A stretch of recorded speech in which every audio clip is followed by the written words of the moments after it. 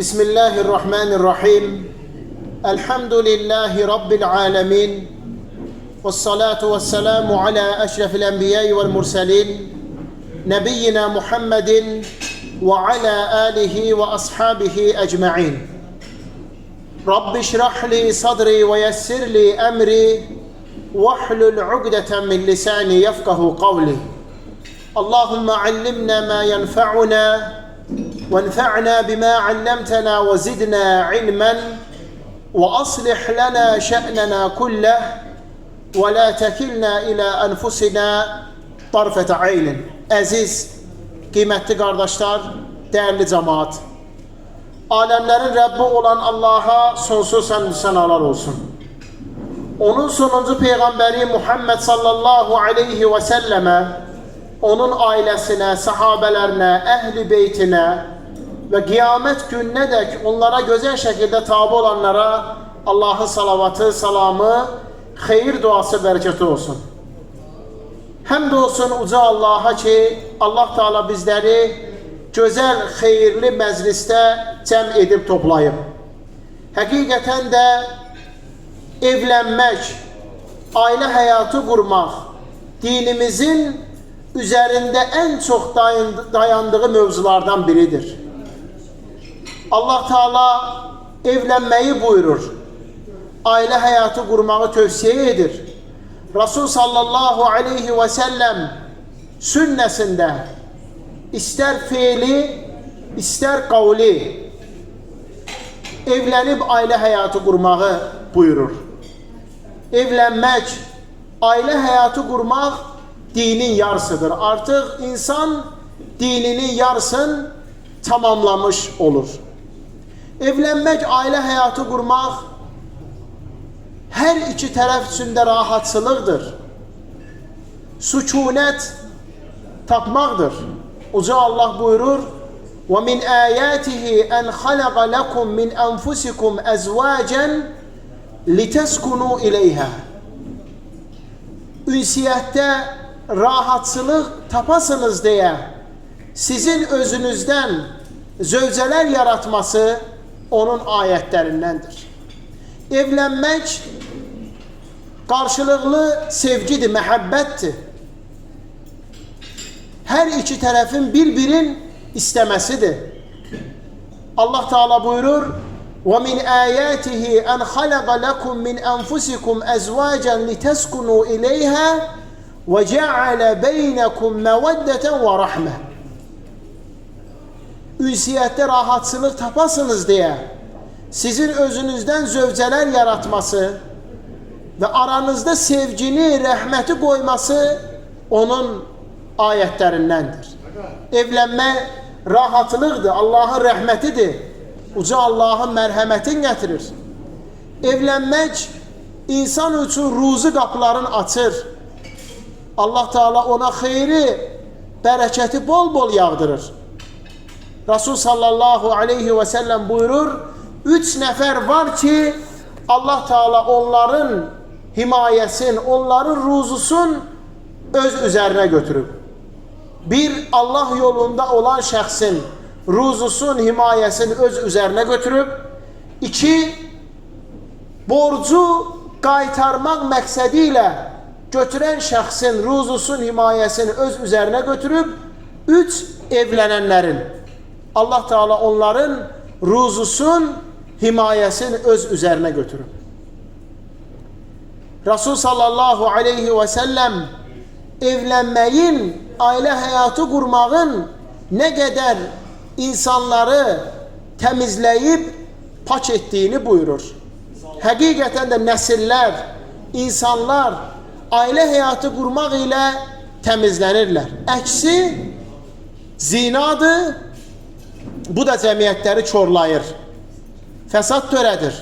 Nəsillər qarışır. Nizam intizam bozulur. Xəstəliklər, fəlakətlər, yeraltı, yerüstü dağınıqlar yaranır. Resul sallallahu aleyhi ve sellem buyurur ki, qiyamətə yaxın zəlzələlər, fəlakətlər artacaq. Onlardan bir səbəb demək nikahsız əlaqədir. Nikahsız əlaqədir insanın, Allah korusun, zina etməsi. Evlənmək hər iki tərəfin də məsuliyyətli olması deməkdir. Həm kişinin ailəsi üzərində, qadını üzərində, övladları üzərində haqqı var, həm qadının, ailənin kişi üzərində olan haqları var. Ən birinci, kişinin ailəsi üzərində olan haqları. Rasul sallallahu aleyhi ve sellem buyurur, sizin hər biriniz başçısınız və öz tabiçiliyiniz, itaətiniz altında olanlardan sorğu-sual olunacaqsınız. Ailəni ən birinci elmləndirmək, onlara Qur'anı, sünnəni, tohidi, ibadətləri öyrədib başa salmaq. Kişi ailədə müəllimdir, kişi ailədə dəvətçidir. Gərək mütləq ailəsinin, övladının elmi olmağı ilə maraqlansın, tərbiyəsi ilə, əxlaqı ilə maraqlansın. Tərbiyəçi odur. Onların ruzusu, evlə təmin olunmaları, geyimlə təmin olunmaları, yeməklə, içməklə təmin olunmaları hamısı kişinin üzərindədir. Allah subhanahu ve teala buyurur, Er-ricalu qavvamuna alan-nisai bima faddalallahu ba'duhum ala ba'din. Kişilər qadınlar üzərində nəzarətçidirlər, himayəçidirlər. Allah Teala onların bir qismini, yəni kişiləri o bir qismindən qadınlardan üstün fəzilətli edib. Səbəblərdən biri də odur ki, kişi qazancın ailəsinə xərclədiyi üçün. Yəni xərcləyən qadın olmur. Kişi qazancdığın maaşın, gəlirin ailəsinə xərcləyir. Hətta onun ailəsi üçün xərclamağı ibadətdir. Rasul sallallahu aleyhi ve sellem buyurur ki, Allah yoluna sədəqə vermək kimi savab qazanır. Kişi ailəsinin nəinki evinin içərisində necə olmağıyla, hətta evdən kənarda da necə olmağıyla məşğul olmalıdır. Mənim uşağım məktəbə gedir. Onun sinif yoldaşları kimdir? Kimdən bir parta arxasında əyləşir? Müəllimləri kimdir? Məktəbi kimdir? İdmana gedir. Harda idman zalına gedir? Müəllimi kimdir? Kimlərlə bir hamısına gedir, nəzarət edib baxmalıdır. Mənim övladım kimdən oturub durur? Kimdən yoldaşlıq eləyir? Mənim ailəm, mənim həyat yoldaşlarım kimlərlə oturub durur, yoldaşlıq eləyir, hamısına maraqlanmalıdır. Bu kişinin üzərində vəzifədir. Sonra qadın gərək ərinin haqlarını bilsin. Başa düşsün ki, Allaha ibadət və itayətdən sonra əri eşidib ona tabi olmaq gəlir. Ona itaət edib onun sözünə qulaq asmaq gəlir. Allah Teala qadına çox da ibadətləri fərz etməyib. Çox da yüklənməyib ibadətlərlə. Baxanda onların mükəlləfiyyətləri kişilərə nisbətən azdır. Rasul sallallahu aleyhi ve sellem buyurur, İzə sallətil mər'ətu xamsəhə və samet şəhrəhə və hafizat fərcəhə və əta'ət bə'ləhə qilə ləhə udxili min eyyi əbvəb cənnədə səmənədi şi'tə. Əgər qadın 5 vaxt namazın qılar, Ramazan orucun tutar, özün haramdan qoruyar, ərini eşidib ona tabi olarsa, ona deyilər ki, cənnətin 8 qapısının hansından girmək istəsən o qapıdan gir. Böyük müjdədir qadınlar üçün bu. Ey qadın, Allah Teala səni evinin nəzarətçisi edib, evinin içərisində sənə nəzarət etməyə icazə verib, gözəl övladlar yetişdirmək, gözəl istədiyin kimi evi bəzəmək, səliqəyə salmaq, istədiyin şəkildə hərəkət etmək evin içərisində, hamısı sənə böyük xoşbəxtçilikdir bu.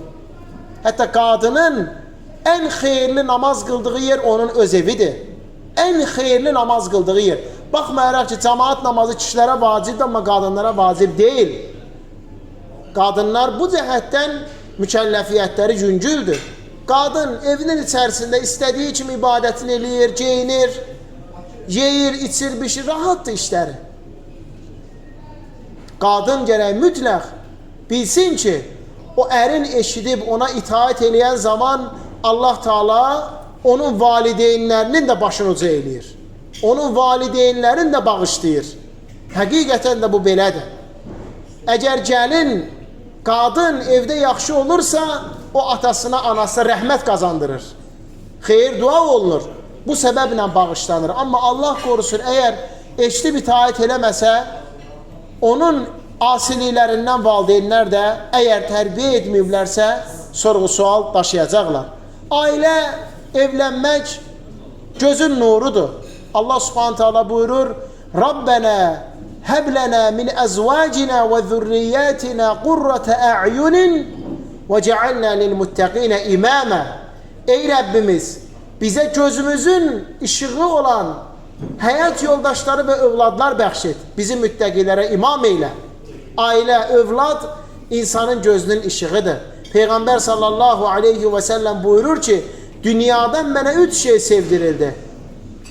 Namaz, qadın, ətir, bir də gözümün nuru namaz. Bu 3 şey mənə sevdirildi, mənə əziz oldu. Ailə dünyanın gözəlliklərindəndir. Dünyanın bəzəkliklərindəndir. Rabbena atina fid dunya hasanatan və fil axirati hasanatan və qina azabennər. Ey Rəbbimiz, bizə həm bu dünyada gözəlliklər bəxş et, həm də axirətdə gözəlliklər bəxş et. Bizi cəhənnəm ateşindən qoru. Məhz o bu dünyanın gözəlliklərindən biri də insanın ailəsidir. Yaxşı, əməli salih, həyat yoldaşı və salih övladlar. Ailə xoşbəxtçiliyə səbəb olur. Rasul sallallahu aleyhi və səlləm buyurur ki, 4 şey insana xoşbəxtçilik gətirir. Geniş ev, yaxşı qonşu, rahat minik, əməli salih, sözə baxan həyat yoldaşı. Kişinin üzü gülür, rahat olur, xoşbəxt olur. Amma əksi olanda Allah qorusun bədbəxtçilik gətirir. Ailə budur. Ailə qarşılıqlı bir-birinin fəzilətini bilməkdir. Uca Allah buyurur, وَلَا تَنْسَوُ الْفَضْلَ بَيْنَكُمْ Bir-birinizin fəzilətini unutmayın. Yəni qadın bilsin ki, onu atasının evindən gedib istəyib, gətirib, sonra öz evində xanım eləyən, onun ana olmağına, onun qadın olmağına səbəb onun həyat yoldaşıdır. Gərək onun fəzilətini bilsin. Onu geyindirən, ona yeməyin, içməyin, hər bir şeyin, ona dinin öyrədən, başa salan onun əridir. Gərək qadın ərinin fəzilətini bilsin. Eləcə də kişi də qadının fəzilətini bilsin. Başa düşsün ki, o qadın səbəbilə o rahat olur. Nəfsi, canı sakit olur. Allah Teala o qadın səbəbilə onun zürriyyəti, nəslini davam eləyir. Bəli, onun adı, sanı, nəsli o qadın səbəbilə davam eləyir. Onun da gərək hörmətini saxlasın. Bax, belə olanda ailələrdə xoşbəxtçilik olur, rahatçılıq olur. İnanın ki, bugün ən çox qorunmağa ehtiyac olan dəyərlərin başında ailə dəyərləri gəlir. Ailə dəyərləri. Bizim atalarımız, babalarımız necə bu dəyərə fikir verərdi, ailələri qoruyardı. Çox diqqətli. Hətta baxın, qadının əri ölsə belə deyərdi ki, mənim ərim ölsə belə onun nəfəsinin bərəkəti mənim evimdə var. Onun nəfəsinin bərəkəti mənim evimdə. Ölüb gedib, uşaqlar yetim qalıb. Lakin qadınlar onu hiss eləyərmiş ki, mənim ərimin nəfəsi mənim evimdə onun. Çünki böyükdür və böyüklərə Allah subhanahu teala bərəkət verir. Bərəkət böyüklərə daha çoxdur. Və böyüklərə hörmət qoyanı Allah Teala ucaldır. Bax belə Allah subhanahu və teala bizləri dünyada və axirətdə xoşbəxt eləsin. Allah subhanahu və teala həm bu ailəni, həm də bütün ailələri daimi Quran, sünnə, səhabələrin yolu üzərə ailələrdən etsin. Allah Teala hər iki tərəfə də xeyirlər bəxş eləsin. Allah subhanahu və teala onlara bu dünyanın ən gözəl nemətlərindən olan övladlar, nəvələr qismət eləsin. Hele gələn il bu vaxtı övladların, nəvələrin əqiq qurbanlarını kəssinlər. Allah Teala müvəffəq eləsin. Uca Allah ölkəmizi əmin-amanlıq diyarə etsin. Xalqımızı, cemaatimizi hidayət eləsin. bizim elmimizi, imanımızı artırsın, bizi tövhid, sünnet, sahabelerin yoluna daha da öne aparsın, daha da qabağa aparsın.